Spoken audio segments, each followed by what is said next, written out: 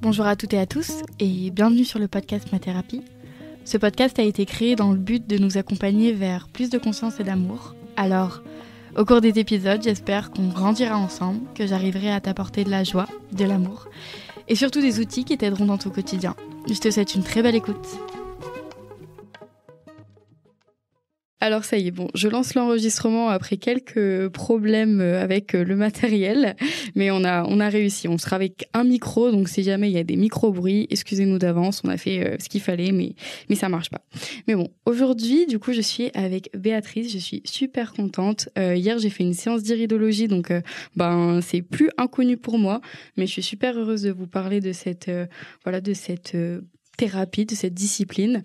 Et du coup, pour commencer, j'aime beaucoup poser cette question. Est-ce que tu peux te présenter ? Alors déjà, bonjour Lily Rose, je suis ravie aussi de t'accueillir dans mon univers.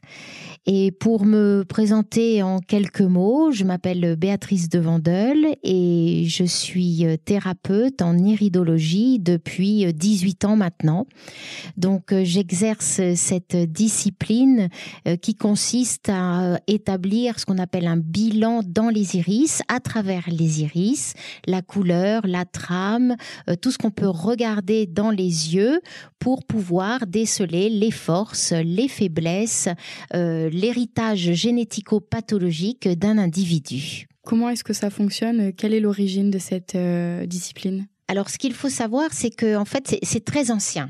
C'est déjà très ancien parce que déjà du temps des Égyptiens, on regardait déjà dans les yeux. Les pharaons faisaient appel à leurs médecins pour regarder ce qu'il y avait, les maladies qu'ils avaient dans les yeux. Donc tu vois, c'est vraiment quelque chose de très ancien. Et puis après, pour raccourcir, en 1880, c'est vraiment Ignace Pexeli qui était un médecin homéopathe hongrois et qui a vraiment mis cette discipline à jour parce qu'il a soigné sa mère comme ça et suite au choc de sa chouette qui a été blessée à sa patte et il a observé tout de suite un signe irien apparaître dans les yeux de cette chouette. Donc en fait, il a fait une relation entre la blessure et puis le côté irien avec le signe dans les yeux. Et c'est comme ça qu'il s'y a intéressé de plus en plus et qu'il a établi d'ailleurs la première charte dans des yeux, une charte où on va retrouver tous les organes dans l'iris gauche ainsi que dans l'iris droit. Et à partir de là, ça s'est vraiment développé. Il y a eu une école en Allemagne, puis une école en Amérique et puis cette discipline vraiment a vu naître le jour. Beaucoup de docteurs s'y sont intéressés et c'est comme ça que voilà, ça a pris de l'essor. Et maintenant, aujourd'hui, on peut dire que on retrouve chez ceux qui étudient la naturopathie, il y a toujours un cursus en fait voué à l'iridologie et donc c'est quand même un outil qui est très apprécié. Et en Angleterre, c'est très développé aussi. Et tu as dit que du coup, il avait lu dans les yeux de sa chouette, il avait vu une tache ou quelque chose qui s'est développé. Et du coup, est-ce que ça marche aussi pour les animaux ? C'est les yeux des humains, mais aussi les yeux des animaux ? On peut effectivement faire ce qu'on appelle des iridologies. Il y a des personnes, des iridologues, qui font ça auprès des animaux. Moi, je ne l'ai jamais fait. Personnellement, je ne fais ça qu'à l'échelle humaine, mais ça existe tout à fait. D'accord, super intéressant. Je pense que ça risque d'intriguer certaines personnes qui ont des animaux.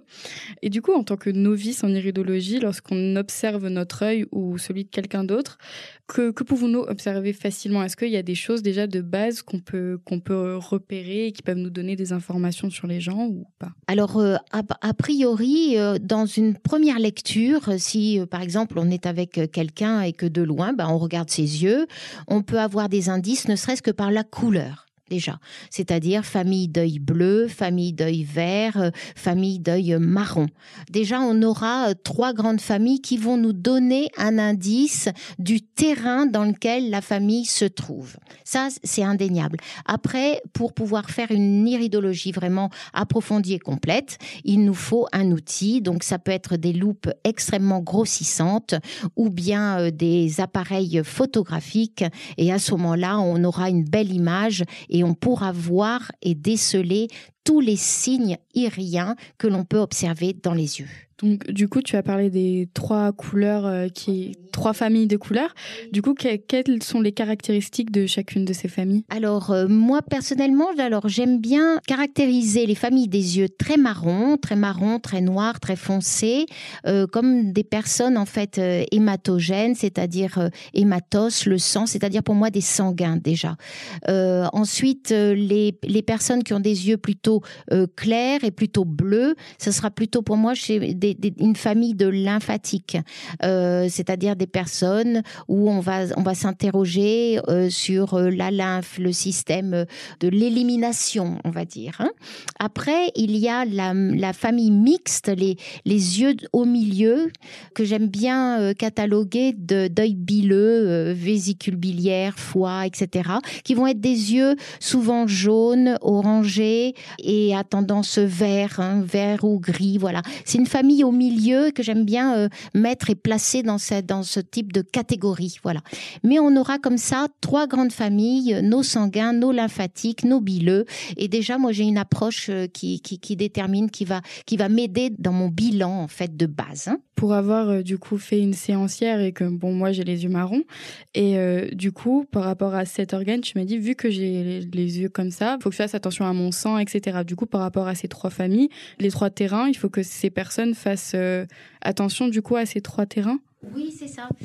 Alors, en fait, du coup, sachant comme ça d'où on vient, quelle est vraiment notre famille, notre terrain primaire, comme ça, on va pouvoir davantage faire attention à la circulation sanguine, notamment pour ces sanguins, justement, ces yeux très, très foncés, très marrons, la circulation sanguine, poser des questions sur les antécédents familiaux, est-ce qu'il y a eu des risques d'AVC, par exemple, est-ce qu'ils ont des tendances à faire des petits kystes, etc. Enfin, on va être dans une famille qu'on va un peu cataloguer comme ça.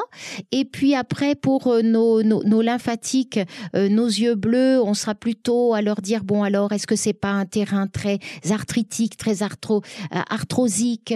Comment est-ce qu'on élimine déjà? Est-ce qu'on a une bonne alimentation par rapport à ce terrain-là? Et puis, nos bileux, le foie, la vésicule biliaire, la façon dont ils vont s'alimenter, voilà, on va être comme ça, on va déceler petit à petit, on va aller chercher les origines qui vont nous mettre sur la piste des mots que la personne finalement a dans sa vie quotidienne. Et du coup, par rapport à ces couleurs, est-ce qu'il y a des caractéristiques caractérielles par rapport à la couleur des yeux? Alors déjà, après c'est vraiment l'expérience que j'en ai depuis 18 ans. J'ai toujours trouvé que les personnes avec des yeux quand même très foncés, des yeux très marrons, que j'aime bien dire des sanguins, sont des personnes qui ont souvent une très belle vitalité. Sont des personnes, ça ne veut pas dire que les autres n'ont pas une belle vitalité, mais c'est particulièrement une belle énergie. Et puis, ce sont des personnes qui oui, ont du sang sous la peau, on va dire, ont du caractère, non pas que nos yeux bleus n'en ont pas, mais c'est un petit peu différent. On va être sur ce genre, sur ce genre-là. C'est vrai qu'on va pouvoir après affiner dans ce sens, au niveau du caractère, des colères, ou bien d'une personne plus souple, voilà. Pareil pour si ce sont des personnes qui sont, comment on dit, perfectionnistes ou pas. Là, on va avoir des indices. Absolument. Et puis après, ça se sert, c'est uniquement la base des couleurs. Mais ensuite, on va s'atteler à tous les signes iriens, c'est-à-dire les anneaux qu'on va voir, les ogives qui sont comme des creux, comme des bosses à l'intérieur des yeux. On va voir nos traits radiaires qui vont être comme si on avait un iris en soleil, qui vont nous indiquer encore une particularité chez la personne. Des colorations, ça peut être des petits nuages plutôt gris, plutôt jaunes, des pigmentations, les pigments aussi que l'on peut voir. Tout ça va être des indices qui vont aller en profondeur de notre bilan. D'accord. Et est-ce que notre œil est amené à changer avec le temps ? Alors, quand je fais quelques conférences comme ça, c'est toujours une question qui revient. Et personnellement, je n'ai pas vu, c'est-à-dire que des signes iriens très marquées, comme ce que j'ai dit, des traits, des pigmentations, des indices d'anneaux concentriques, etc., ça ne bouge pas. Je n'ai jamais vu une évolution. Si ce signe est là et que je revois la personne 10 ans après, ce signe sera toujours là. Mais par contre, ce que j'ai pu observer pendant ces 18 années, c'est qu'une personne dont on a fait un bilan et dont on a redressé le terrain, c'est-à-dire que on lui a donné des conseils hygiéno-diététiques. Il a eu moins de stress dans sa vie. Il a appliqué certaines règles. Donc, il a vraiment redressé, ce qu'on appelle redresser un terrain. Eh bien, des colorations, par exemple, toxiniques, certaines petites colorations ont pu effectivement s'atténuer et l'œil devenir légèrement plus clair du fait de sa bonne hygiène suite au bilan et à ce qu'on a pu mettre en place. Sur des mois, voire quelques années. Voilà. Ça, j'ai pu l'observer. Oui. Un iris qui devient un peu plus clair. Du coup, tu as parlé donc de terrain, etc., que dans les yeux, il y avait donc différentes parties du corps qui étaient représentées. Du coup, quel genre de maladie est-ce qu'on peut détecter dans l'œil ? Alors, dans nos yeux, ce qu'on peut voir, donc déjà, on va voir des terrains, par exemple des terrains arthrosiques, arthritiques. On peut voir, par exemple, aussi la spondyarthrite rhumatoïde. Là, oui, c'est ça. On peut voir également le terrain dépressif. On peut voir justement également ce dont on a parlé, les petits problèmes cardiovasculaires. On peut voir des choses plus approfondies, des manques de calcium, des manques de magnésium, de zinc, par exemple. Voilà. Ça, on va pouvoir le déceler par rapport à certaines colorations, par rapport à certains pigments. On peut voir si on fait un peu de cholestérol, pas trop. On peut voir si on a un héritage lipidique important qui va faire qu'en vieillissant, eh bien, on va avoir tendance à conserver le poids et qu'on aura du mal à l'éliminer. On peut voir le signe d'un diabète. On peut voir hériter d'ailleurs. On peut voir comme ça certains réacteurs dont la personne peut être effectivement porteuse en génétique, mais qui, au cours de sa vie, si elle applique de mauvais conseils hygiéno-diététiques, je reviens vraiment dessus parce que c'est important, qu'elle se nourrit mal, qu'elle aura un environnement de stress, qu'elle va avoir des chocs émotionnels à répétition, etc., les réacteurs de base dont elle est porteuse peuvent se mettre en lumière et elle peut se déclarer effectivement des maladies qui vont aller se loger sur le terrain dont elle a en fait hérité. Ça, c'est ça qui est intéressant finalement en iridologie. C'est qu'on peut mettre en garde en amont par rapport au terrain qu'on va observer et les risques que cette personne encourt si elle fait ceci ou cela, etc. Donc, je trouve que ça, c'est intéressant. C'est pour ça que même faire des iridologies à des personnes entre 20 et 30 ans, savoir s'ils ont commencé à encrasser leur organisme ou en tout cas les prévenir que s'ils encrassent leur organisme sur un terrain déjà immunodéficient à la base, eh bien, ils encourent plus de petits soucis après 40 ans qu'une autre personne. On peut également, le fait de s'intéresser à la génétique, aux parents, grands-parents, etc., on peut voir qu'il y a peut-être quelque chose qui va se repasser de génération en génération et dont il faudra faire attention.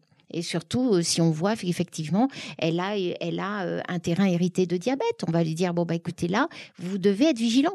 Et soyez vigilant pour vous comme pour la suite et votre progéniture. Donc, je trouve que c'est assez intéressant. C'est mieux se connaître, vraiment. C'est savoir comment on fonctionne. Quelle est notre base, d'où vient, notre génétique, notre arbre, et aller balayer ça pour pouvoir être mieux paré pour la suite et pour avoir un bon vieillissement, le meilleur possible. Très intéressant. Et depuis tout à l'heure, je trouve que tu parles beaucoup quand même de nutrition, de nourriture. Est-ce qu'il y a un lien entre la nutrition et l'iridologie ? Eh bien, comme je le disais tout à l'heure, par exemple, un terrain, mettons le terrain gastrique, qui est un terrain très particulier qu'on peut voir, toute la zone de l'estomac qui va être plutôt rouge-orangé, etc. Donc, on va déceler que la personne a le terrain gastrique. Bon, bah, c'est sûr qu'on va obligatoirement, on va lui demander ses habitudes alimentaires. Qu'est-ce qu'elle fait? Quelle hygiène de vie elle a? Est-ce qu'elle mange très vite? Est-ce qu'elle mange beaucoup?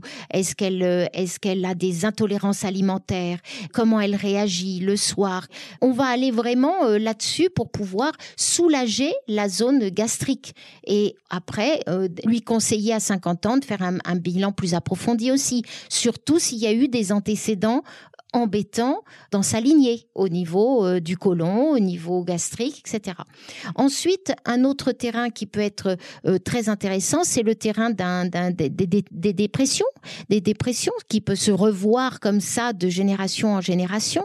Donc, la personne, on va l'interroger sur comment elle vit, dans quel lieu, est-ce qu'elle voit de la lumière, est-ce qu'elle est enfermée dans un bureau, est-ce qu'elle fait du sport, est-ce qu'elle a une vie sociale, je dirais, développée pour ne pas risquer, si en plus elle a un coup de blues, de la renfermer sur ce fameux terrain. Et on peut arriver comme ça à comprendre et aller peut-être soigner en amont par des choses douces, plutôt que peut-être tout d'un coup lui dire maintenant ça va être un traitement et un traitement à vie. Donc c'est là où c'est intéressant. Et je reviens aussi à l'alimentation.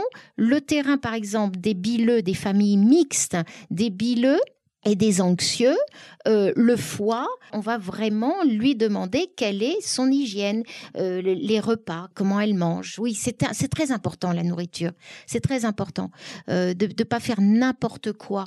Aujourd'hui, bien sûr, on a accès à tout, mais je pense que quelquefois, par exemple, on va se dire on mange beaucoup de fromage le soir, c'est un terrain justement vésicule biliaire et foie. Est-ce qu'on va pas le charger? Est-ce que ce bol alimentaire, on va aller se coucher après et tout ça va stagner? Est-ce qu'on va pas se déclencher des migraines qui probablement peut-être viendront d'un excès de fromage qu'on aura pris le soir?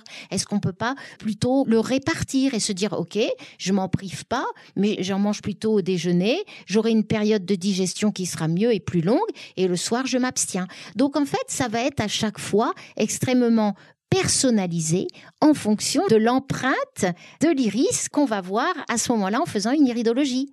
Et c'est ça qui est intéressant. Du coup, une fois qu'on a décelé un peu le profil de la personne, qu'on a regardé l'œil, qu'on a compris certains terrains qu'elles avaient, certains déficits ou quoi qu'ils avaient, qu'est-ce que l'iridologie vient apporter? Qu'est-ce qu'elle préconise? Qu'est-ce qu'elle peut faire à ce moment-là, une fois qu'on a mis le doigt sur certaines choses? Alors, si on a mis le doigt sur certaines choses d'un point de vue purement organique, avec des déficiences, des caractéristiques en faiblesse ou alors une souffrance quelque part, bien entendu, on va dire, alors, pareil, par rapport à votre médecin, est-ce que vous avez fait un bilan sanguin récemment?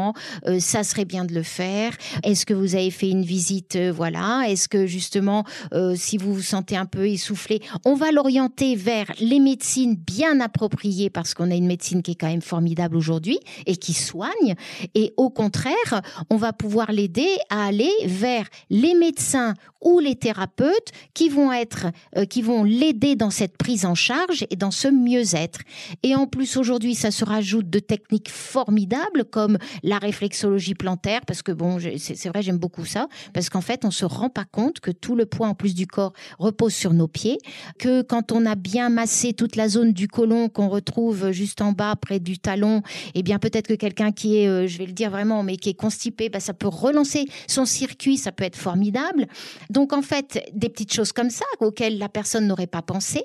Si c'est après, ça c'est de la phase purement organique, et si après c'est d'ordre psychique, eh bien là, on a pléthore maintenant de thérapies. Si vraiment il y a quelque chose de très douloureux qui se retrouve dans son passif, de la grand-mère qui a redonné ça à la mère, qui redonne ça à la fille, de schémas répétés, que ça soit des mauvais choix, que ça soit des vieilles peurs, ça aussi, parce qu'il faut qu'on en parle d'un point de vue dans l'iridologie, on peut voir aussi toute la partie, et moi ça me passionne, c'est la partie émotionnelle. Et c'est ça qui est très intéressant, de faire la reliance aussi entre l'organe et la faiblesse de l'organe avec l'émotion qui est venue se loger dessus. Comme on parle tout simplement déjà du foie de la colère, du bas, à partir de la ceinture jusqu'aux pieds, des reins, c'est le siège de la peur, donc toute la partie basse du corps, tout ce qui va être donc en haut, la psyché, vouloir contrôler, etc. Enfin tout ça, donc on va faire des reliances qui vont être aussi très intéressantes. très intéressantes et qui vont nous conduire à nous dire, bon bah ok, il y a peut-être quelque chose de très vieux. Si je faisais quelques séances d'hypnose, par exemple, eh bien peut-être que je pourrais me libérer de ça et je trouve que ça serait un grand pas.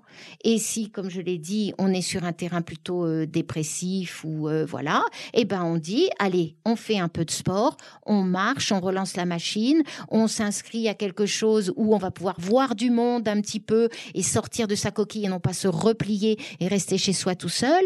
Vous voyez, il y a plein de choses aujourd'hui qui peuvent être mises en place pour allumer. Moi, c'est ce que je dis toujours en iridologie, c'est essayer d'allumer des lampes et de mettre de la lumière là où il n'y en a pas, ou où il n'y en a plus. Et je trouve que c'est fabuleux d'aller que la personne aille retrouver justement son élan, sa force et ne se laisse pas être victime de mots sur lesquels elle pourrait mettre justement des noms, elle pourrait mettre des choses et qui pourraient l'aider. C'est une aide, un soutien, mais en tout cas une aide à la compréhension. Comprendre, c'est déjà faire le travail, déjà en grande partie comprendre. Et après, mettre les techniques, mais qui vont être appropriées à ce qu'on a. Donc, si j'ai bien compris, l'iridologie, ça peut être vraiment un moyen de pouvoir mettre le pied à l'étrier lorsqu'on cherche à peut-être mieux se connaître et qu'on ne sait pas par quoi commencer.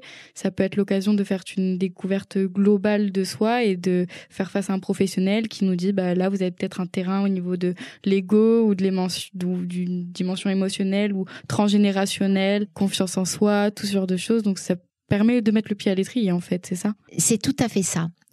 J'aime beaucoup dire que l'iridologie, c'est une lecture de l'âme et du corps.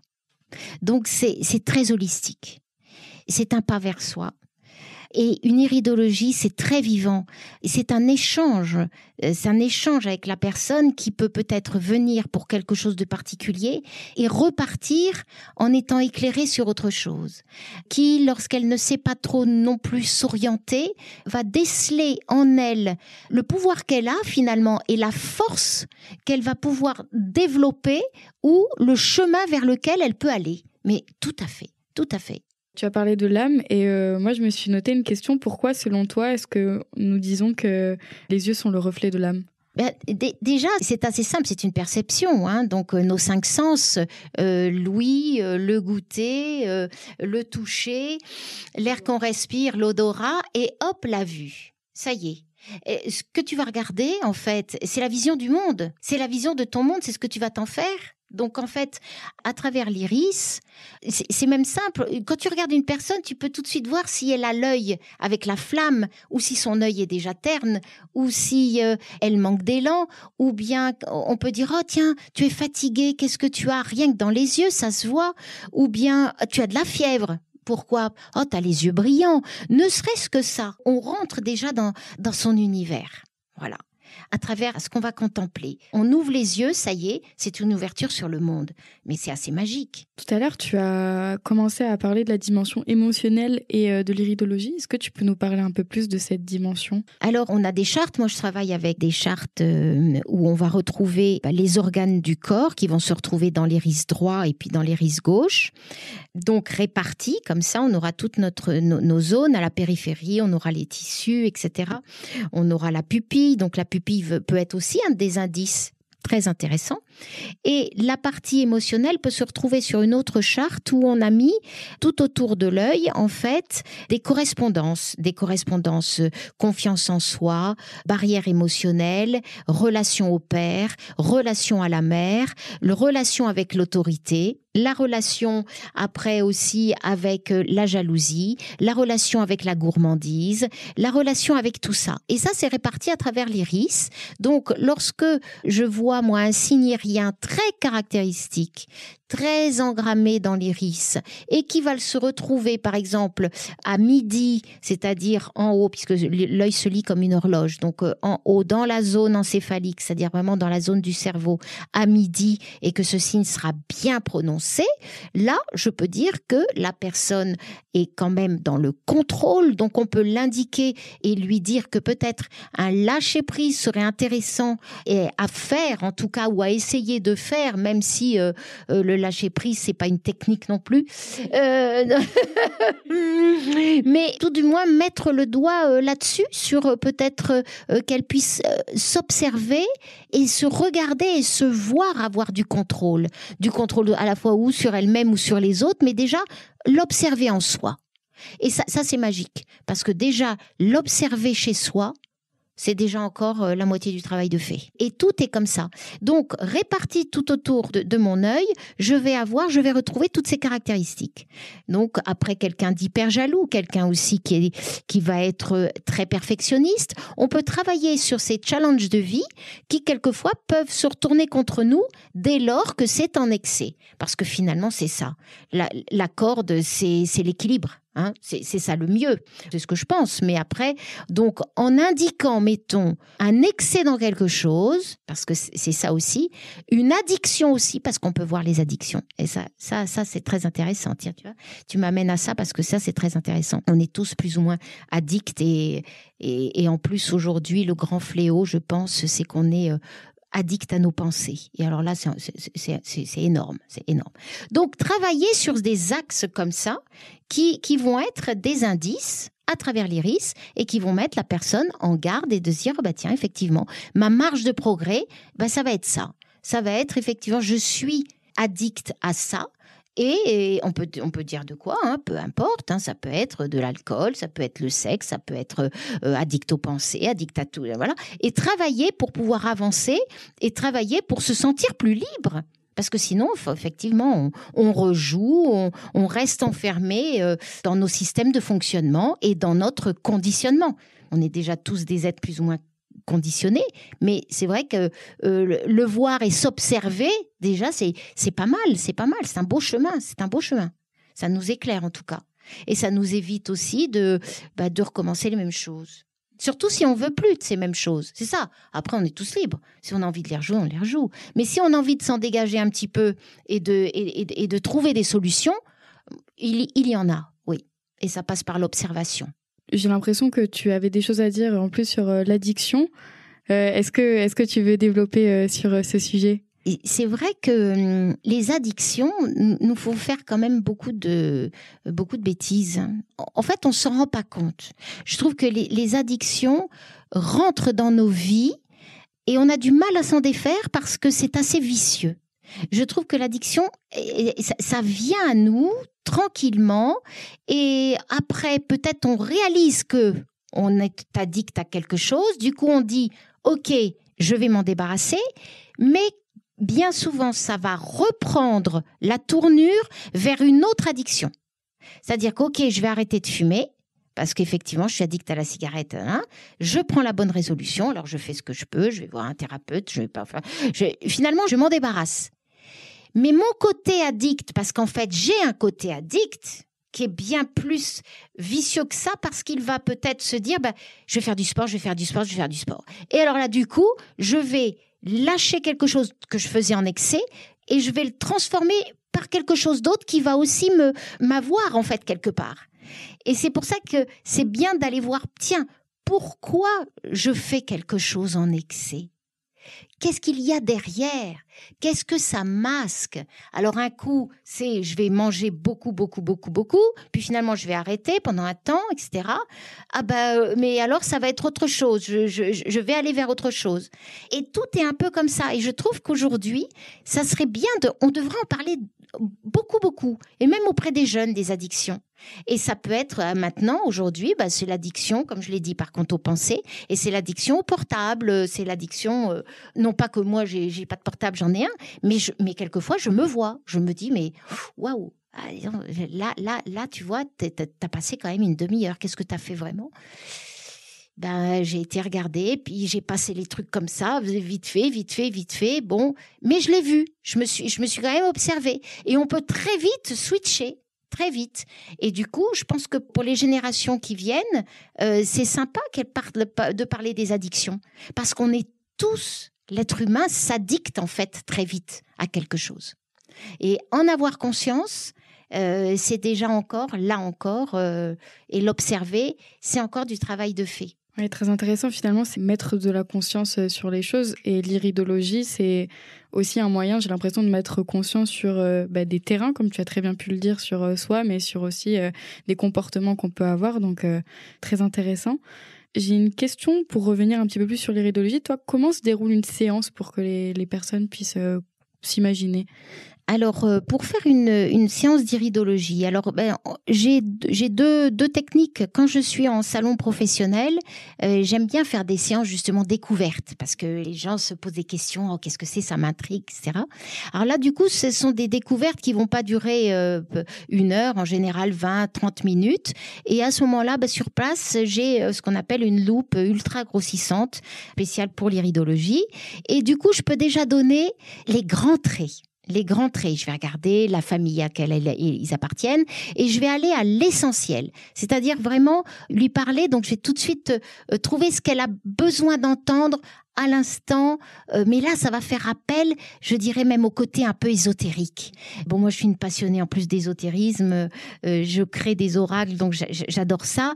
Et du coup, c'est vrai que ça va être ce qu'elle a besoin d'entendre et de savoir au moment où elle est avec moi, en présence, comme ça, sur un salon. Donc, je vais aller à l'essentiel. Donc, ça peut être juste, tiens, il y a effectivement quelque chose qui est plus en souffrance organique, là il faudrait voir ça, etc. vraiment, ou alors ça va être purement émotionnel et la personne va dire, oh oui c'est ça dont j'ai besoin, je sais pas trop où je vais, ça sera purement une lecture émotionnelle. Bon, si on vient me voir à mon cabinet ou si on m'envoie aussi, je fais ça par téléphone, c'est-à-dire que on peut photographier, prendre les yeux en photo et me les envoyer. Donc par iPhone, là, comme ça, je le fais aussi à distance.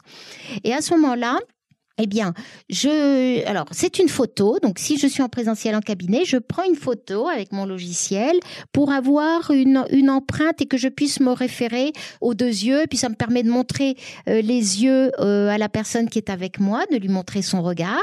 Parce que, c'est pas du tout le même que quand on se regarde dans une glace, hein, puisqu'elle va voir véritablement tous les signes et les caractéristiques de son iris. Et bien, à partir de là, je commence toujours par la charte organique. Donc, on balaye le corps. On va vraiment, voilà. Je fais un questionnement sur son travail, sur son âge, sur son environnement, sur est-ce que elle est mariée ou pas mariée. Il y a quand même un questionnement général pour balayer et mettre des noms sur ses souffrances par rapport à son environnement. Je demande également, toujours, si les parents sont vivants, s'ils sont toujours là, de quoi ils sont morts, etc. C'est très intéressant pour qu'on puisse faire des reliances après, génétiques. Et puis après, je lui parle de tout le côté émotionnel, de ses grands challenges de vie, de ce qu'elle peut améliorer et de ce qu'elle peut redresser. Tant sur, ça peut être par exemple un souci face à l'autorité. Et finalement, cette autorité va faire que dans sa vie, elle sera toujours plus ou moins bloquée parce que ça soit dans son travail ou que ça soit dans sa vie privée, soit elle, avec l'autorité, elle sera toujours en manque de confiance parce que l'autorité prendra le dessus sur elle. Donc, on peut aller sur des challenges de vie comme ça et que ça l'aura bloqué dans son évolution, que ça soit personnelle ou professionnelle. Et puis voilà, donc c'est vraiment ça. Et puis je termine toujours par l'oracle du 3e œil, qui est quand même un oracle que j'ai réalisé avec des yeux et qui parle de nos émotions et qui parle de la situation que la personne vit en ce moment et comment elle peut aborder sa situation beaucoup plus en profondeur et quel est l'œil qui la regarde aujourd'hui et qu'est-ce qu'elle peut faire et lui donner des clés. En fait, ce sont des clés et des messages supplémentaires qui vont pouvoir l'aider et construire sa vie là aujourd'hui. Oui. Ils sont très beaux en plus, ces oracles. J'ai pu le tirer hier et c'est vrai que les yeux sont magnifiques. Une dernière petite question, c'est à qui s'adresse l'iridologie? Alors tu l'as dit tout à l'heure que c'est super intéressant pour les personnes qui ont entre 20 et 30 ans parce que ça permet du coup avant qu'il y ait des maladies peut-être qui se déclenchent, de préconiser et d'informer sur les terrains sur lesquels il va falloir être vigilant. Mais du coup, à qui s'adresse finalement l'iridologie ? Alors, l'iridologie s'adresse à tous et toutes déjà. Quand on est très jeune, enfant, vraiment les enfants, 10 ans, 12 ans, bon, c'est pas spécialement, on attend que l'œil évolue un petit peu, que les colorations soient bien stables et stagnent, et bien, voilà. Donc, moi, j'en ai eu fait à partir de 15-16 ans, sans problème, voilà, déjà. Et pourquoi finalement jeune ? Parce que ça nous aide et ça nous éclaire sur nous-mêmes. Donc, c'est de la prévention. Vraiment, là, on sera sur du préventif, on sera sur des conseils par rapport au terrain qu'on va trouver, tu l'as très bien dit justement, et on va pouvoir donner des conseils adéquats, des choses qu'on peut faire, des choses qu'on peut moins faire parce que ça collera moins avec notre organisme. Et puis après, en vieillissant également, parce que les maux se déclenchent. Pourquoi ? Parce que peut-être qu'on a eu une hygiène qui n'était pas bonne, on a eu beaucoup de stress, on a beaucoup fumé, on a peut-être bu, on a peut-être encrassé notre organisme consciemment ou inconsciemment. Et c'est toujours bien de mettre une petite sonnette d'alarme en disant « Ok, votre capital santé, qu'est-ce que vous en avez fait ? Voilà comment il est aujourd'hui, qu'est-ce qu'on peut faire pour l'améliorer et pour que son vieillissement aille mieux, que vous ne souffriez moins de certaines pathologies qui, si elles se sont déclarées, eh bien, on va essayer par le biais de thérapies, de médecine douce, qui peuvent être en complément peut-être de quelqu'un qui vient et qui a un traitement aussi, parce qu'il a quelque chose de lourd, eh bien, il peut trouver aussi toujours quelque chose qui va remédier et amener du confort. Donc, ça s'adresse vraiment à tous et à tout âge. Et puis, on peut peut-être résoudre quelque chose de beaucoup plus personnel si on a vécu des choses lourdes, des choses qui nous ont marqués, des chocs émotionnels, des traumatismes. Eh bien, à ce moment-là, on ira en profondeur. Et là, ça sera des belles lectures de l'âme pour pouvoir retrouver toute notre force intérieure. Très beau. Est-ce que tu vois quelque chose à rajouter ? Est-ce que tu aimerais dire quelque chose en plus ? Eh bien, qu'est-ce que j'aimerais dire toujours sur l'iridologie ? L'iridologie, c'est aller en profondeur. C'est un outil qui est formidable parce que c'est un outil de soutien, c'est un outil d'éclairage. Et une fois de plus, je le redis, ça peut mettre la lumière sur des choses magnifiques qu'on ne soupçonnerait pas d'avoir ou qu'on a oubliées ou dont les personnes ne nous ont pas suffisamment mis en valeur. Et quand une iridologie est faite dans l'échange, quand elle est faite dans le respect, et ça peut être une véritable libération et délivrance à la fois pour le thérapeute qui fait l'iridologie et pour la personne qui la reçoit. Bon le message est clair, vous savez ce qu'il vous reste à faire. Alors, pour terminer, c'est une question que je pose toujours à la fin, c'est savoir si tu as un livre, un documentaire ou un podcast à nous partager. Alors, on peut me retrouver donc sur mon site internet www.letarotdesyeux.com et sur ma chaîne YouTube également, on peut me retrouver à Béatitude. Et donc, j'essaye de mettre justement beaucoup de vidéos concernant mon travail et vous pouvez donc retrouver ça. Sur le site internet, vous avez les différentes consultations que je propose et puis également toutes les créations d'outils de développement personnel, c'est-à-dire des jeux, à base de jeux, soit des supports de cartes, soit des supports de pierre, parce que j'aime beaucoup la lithothérapie. Et on peut retrouver donc tous ces outils pour chez soi ou en famille qui peuvent être des soutiens dans notre quotidien. Ok, merci beaucoup Béatrice, c'était un plaisir de t'écouter, tu es vraiment passionnée et ça fait plaisir à entendre, donc merci beaucoup. Merci Lily Rose d'être venue jusqu'à moi dans mon univers et j'étais ravie de ce partage avec toi et de cette justement de t'avoir fait également une iridologie hier et qui nous a beaucoup apporté l'une comme l'autre. Merci beaucoup d'avoir écouté ce podcast. J'espère que tu as passé un bon moment à nos côtés. Si c'est le cas, n'hésite pas à le partager autour de toi et laisser 5 étoiles sur Apple Podcast. Ça nous aide beaucoup. Enfin, ça m'aide, moi. Je te dis à très vite pour continuer notre thérapie.